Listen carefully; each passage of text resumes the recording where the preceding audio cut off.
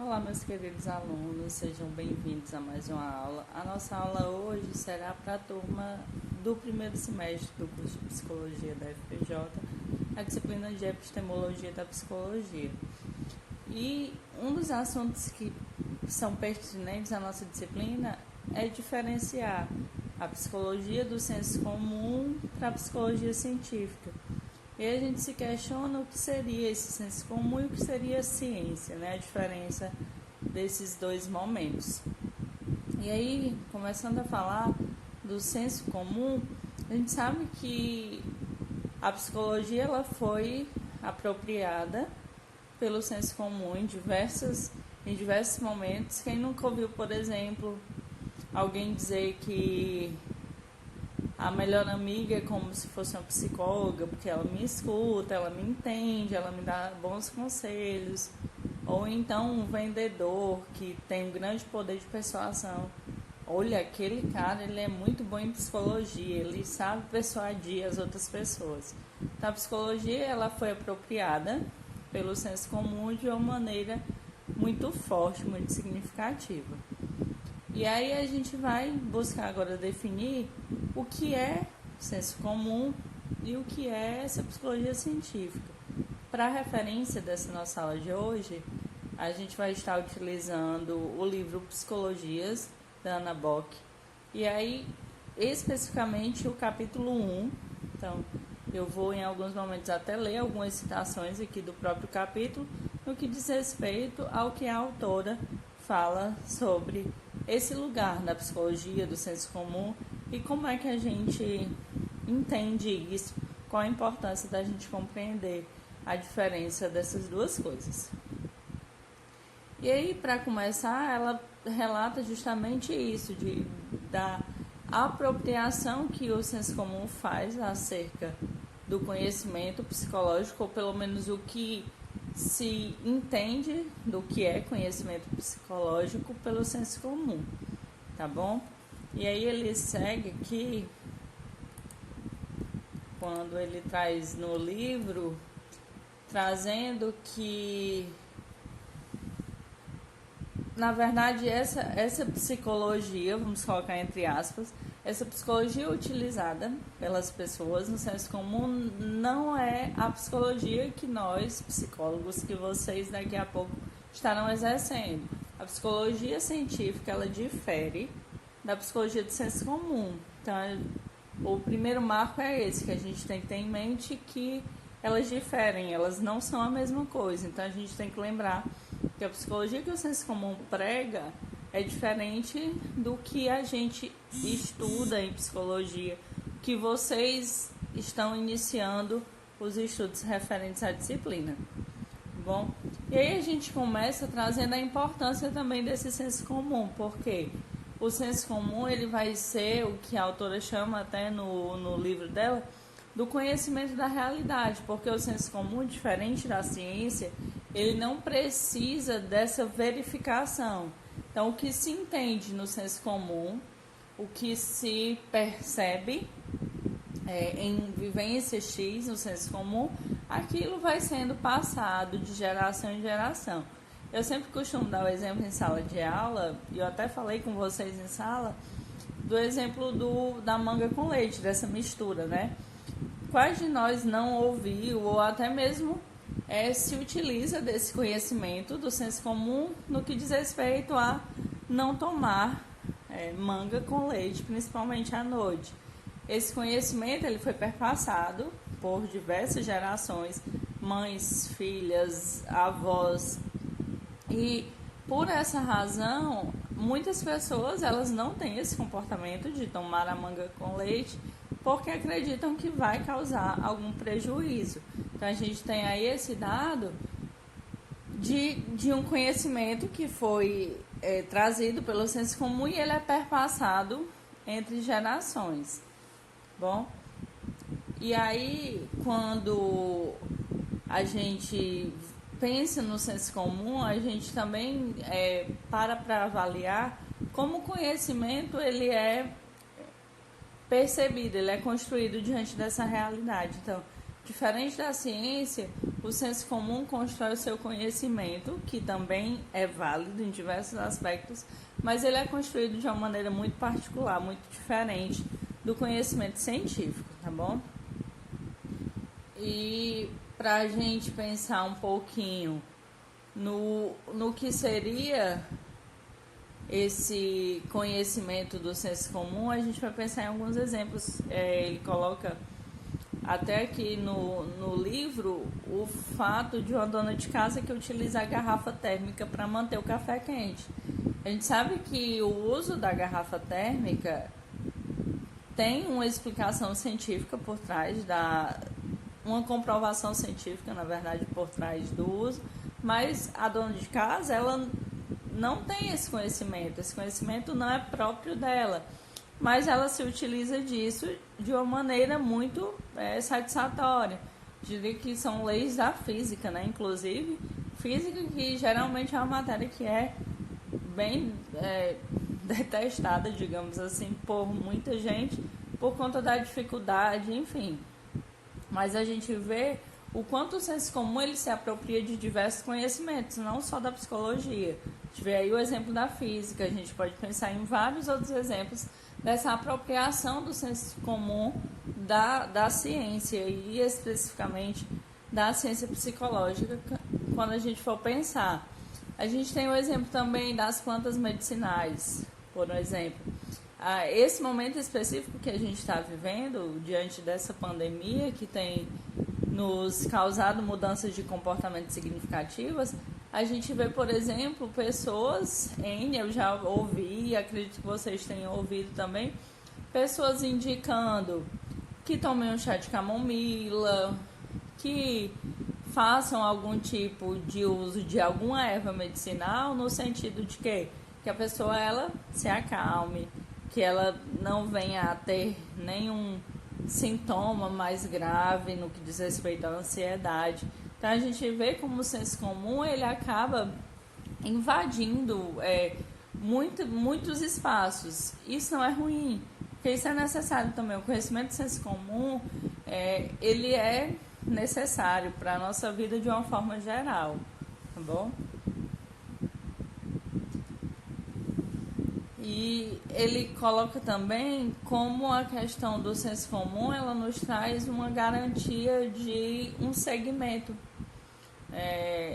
de uma validação, de uma não necessidade de estar a todo momento pensando, reconstruindo, enfim.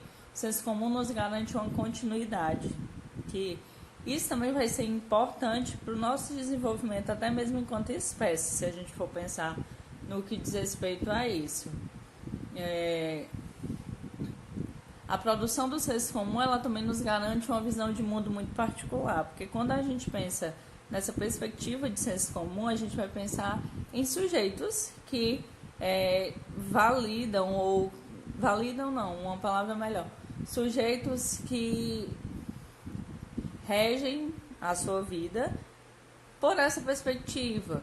Então, o senso comum, ele também acaba garantindo para nós uma visão de mundo muito particular, no que diz respeito a como é que essas pessoas elas entendem esse mecanismo, qual é a importância desse conhecimento ser passado de geração em geração, ele ser difundido de certa forma. Então, a gente vê também a importância. Eu saliento muito a questão de que, por sermos uma ciência, a psicologia ser uma ciência, ela não invalida o conhecimento do senso comum, porque os dois eles são complementares. Eu até propus em sala com vocês aquele debate, né, entre senso comum e ciência, e acredito que vocês devam ter percebido o quanto os dois se complementam. Porque se a gente pensar numa ciência unicamente regendo tudo, a gente parte para uma complexidade também que talvez não dê conta da realidade total.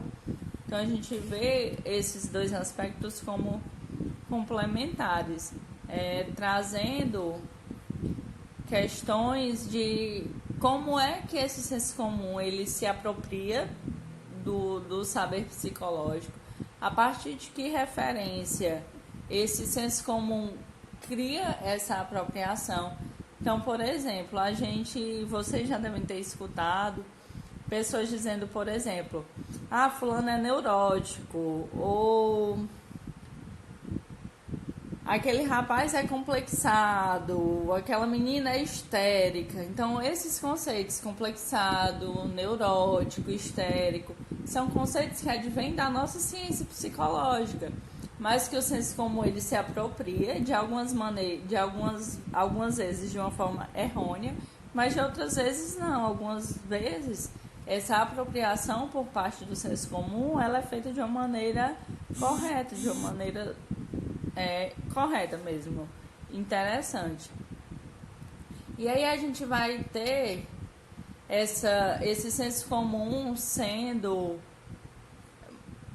validado pelas nossas vivências, isso sendo perpassado por várias gerações e esse conhecimento também sendo construído. Só que esse conhecimento construído pelo senso comum, ele não é científico, ele não tem essa validação científica porque ele não passa por uma série de questões que levam a gente a validar o que seria ciência, né? Se a gente for pensar a partir dessa perspectiva. E aí, o que é que acontece? Até um certo ponto histórico da nossa humanidade, o senso comum bastou para que as pessoas vivessem, seguissem suas vidas. Só que em um determinado momento, esse senso comum passou a não responder mais às demandas da sociedade que as pessoas viviam, né, na época que elas viviam. E aí passou-se até a necessidade da ciência. Então, a ciência ela também surge como uma necessidade. Conversando com vocês até a respeito do surgimento da psicologia, eu trouxe para vocês o quanto também a ciência psicológica ela surge diante da necessidade percebida pelas pessoas da época. Então, cada momento, cada fato histórico, ele também vai nos trazer uma implicação muito direta no que diz respeito à construção de várias coisas, dentre elas a ciência. Então, a ciência ela também cumpre esse papel social, por assim dizer, porque ela vai buscar responder questões da própria humanidade, daquele grupo específico. Como é que aquele grupo está pensando aquela realidade, o que é que tem inquietado? Por exemplo, falando especificamente da psicologia, no quadro atual que a gente está vivendo, a psicoterapia online ela ainda estava caminhando e diante da pandemia, dessa realidade que a gente passou a viver, a psicoterapia online ela ganhou um outro patamar, porque as pessoas elas passaram a ter que adentrar a essa modalidade de psicoterapia, porque na verdade não é, né? A modalidade que é possível no momento. Então a gente vê o quanto as demandas da nossa vida elas acabam ocasionando a necessidade, a urgência do surgimento das ciências. E aí ele vai trazer agora essa linha um pouco histórica do conhecimento da ciência, porque a ciência ela passa, a gente pode pensar em ciência desde lá da Grécia, quando os primeiros filósofos eles começam a pensar sobre as coisas.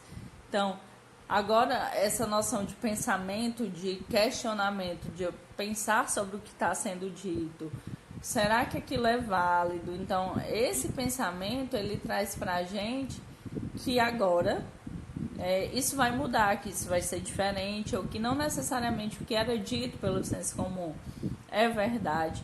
Então, a ciência, diferente do senso comum, uma outra diferença também, ela abre brecha para que a gente questione. O senso comum não, é um saber que ele é perpassado sem que haja questionamento.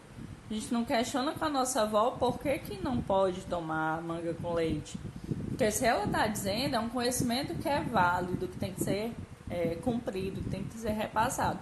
E na ciência isso já não acontece, pelo contrário, na ciência a gente está a todo momento buscando refutar, saber se é verdade, o que é válido. Por exemplo, nessa realidade que a gente está vivendo, inúmeros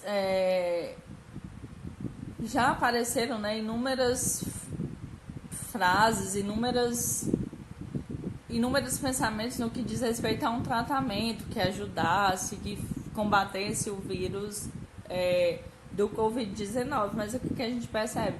Que muitos deles não são científicos, então não adianta que sejam feitos. E o senso comum ele vai se apropriando desses conhecimentos e hoje também diante da internet, das redes sociais, a gente vê o quanto as notícias também elas se propagam de uma maneira muito veloz, de uma maneira muito diferente também de quando se começou a fazer ciência, né? E aí a gente tem no início do pensamento científico a formulação da filosofia. Então a filosofia ela é esse primeiro lugar científico de onde vão partir as outras ciências. A psicologia não foge disso. Nós temos uma base filosófica muito importante para a nossa teoria psicológica, no que diz respeito às abordagens psicológicas também. Então, a gente parte desse lugar da filosofia e muitas outras ciências elas também vão partir desse primeiro lugar, que seria a filosofia. E aí a gente vai trazer especificamente a psicologia científica, como é que ela se constrói, qual é o percurso dela. Esse percurso histórico um pouco a gente já viu em outras aulas. Hoje eu quero salientar com vocês esse percurso mesmo de não mais histórico, mas de um fato da psicologia ter se tornado ciência, como é que isso aconteceu, o que é que nos difere da conversa com um amigo, por exemplo. O que é que a psicologia científica é diferente, em que é que ela é diferente. E aí a gente primeiro traz, para começar a questionar o que é a psicologia científica, a gente precisa questionar o que é ciência, né? O que seria uma ciência? Para que a ciência serve? O que é que diferencia eu dizer que X é ciência e que Y é senso comum, por exemplo? E aí a gente tem uma necessidade que é posta pelo conhecimento científico no que diz respeito a alguns aspectos. O primeiro deles é a definição do objeto de estudo. Então, a gente viu em sala que essa questão do objeto de estudo na psicologia é algo que cai em inúmeras hipóteses, em inúmeros objetos de estudo, porque a gente pode citar a consciência, a subjetividade, o comportamento. Então, são vários os objetos de estudo da psicologia, da ciência psicológica. Mas, para que haja uma ciência, é preciso que haja essa definição desse objeto de estudo. E aí, depois dessa definição desse objeto de estudo, esse objeto de estudo ele precisa ser estudado a partir de uma linguagem que seja muito rigorosa. Ou seja, quando a gente vai falar de ciência, a gente não pode escrever, por exemplo, como a gente escreve no WhatsApp. Porque o WhatsApp, ele faz parte de uma modalidade que diz respeito ao senso comum. Já a ciência, quando eu vou escrever, por exemplo, um artigo ou um trabalho da própria faculdade, eu preciso usar esse rigor técnico na minha escrita, porque eu estou produzindo ciência. Então, eu preciso que a minha linguagem ela seja científica, que a minha linguagem ela seja rigorosa, que utilize os padrões da ABNT, por exemplo. Então, a gente precisa dessa linguagem rigorosa. Uma outra condição é que esse conhecimento ele tem que ser obtido de uma maneira programada, sistemática e controlada. Vocês podem questionar, mas Mayra, para que isso? Qual é a necessidade disso? Então, a necessidade desse controle, dessa programação, é para que haja replicação. Porque um conhecimento diferente do senso comum na ciência, o meu conhecimento não é válido só porque eu quero. Eu acho que comer maçã todo dia é bom para a ansiedade, vamos supor. Eu poderia dizer isso, mas para que eu provasse isso cientificamente, eu teria que fazer estudos. E esses estudos envolveriam justamente isso. Testes programados, sistemáticos e controlados. Porque a pesquisa que eu faço aqui em Aracati, por exemplo, que é de onde a gente está construindo ciência, ela tem que ser válida em outros espaços. O conhecimento que o Skinner, por exemplo, que é o pai da psicologia comportamental, o conhecimento que o Skinner construiu, ele é válido até hoje porque passou por essas categorias. De pensar no Freud, no Moreno, no Rogers. Então, todos os autores da psicologia fizeram ciência, mas a ciência deles foi validada por conta dessa possibilidade de que isso fosse replicado. Então, para que seja ciência, é preciso que a gente garanta também essa replicação do conhecimento. E aí ele vai dizer que, além disso, esse saber construído pela ciência, ele precisa ser transmitido, verificado, utilizado e desenvolvido. Então, são 4 questões. Eu ressalto com vocês 2 delas, que é a questão do transmitido e do desenvolvido. Por que que o saber precisa ser transmitido? Eu acredito que vocês irão concordar comigo que se o saber ele se limita à pessoa que sabe, ele se perde. Porque, por exemplo, quando a pessoa morre, aquele conhecimento morre junto com ela. E aí, se ele é transmitido, esse conhecimento passa a ser garantido nas demais gerações. Então, a gente precisa garantir que, para que seja ciência, esse saber ele seja transmitido. E a gente tem também a ideia de desenvolvimento. Eu acho que isso é uma das principais noções que a gente tem que ter dentro da ciência, porque nenhum saber ele é posto em definitivo. Quando a gente pensa nas teorias psicológicas, como, por exemplo, eu vou falar do psicodrama, que é o meu lugar, né, teórico dentro da psicologia. Quando o Moreno, que é o autor, o pai do psicodrama, ele pensou no psicodrama, ele pensou a partir de uma realidade que era muito particular dele, lá no momento histórico dele. O psicodrama passou por diversas mudanças, por diversas transformações, por diversos desenvolvimentos. Um exemplo, só para ilustrar, é que na época que o Moreno criou o psicodrama, ele não concebia a ideia de um psicodrama individual. E hoje isso acontece. Psicodrama bipessoal é a prática do psicodrama entre terapeuta e cliente somente. Então, o Moreno ele não concebia essa ideia. Então, a gente vê como as coisas elas mudam também, como se alternam e como a ciência ela tem que garantir essa noção de desenvolvimento para a gente. E aí, a gente tem como características principais, né, dentro da ciência, o objeto específico.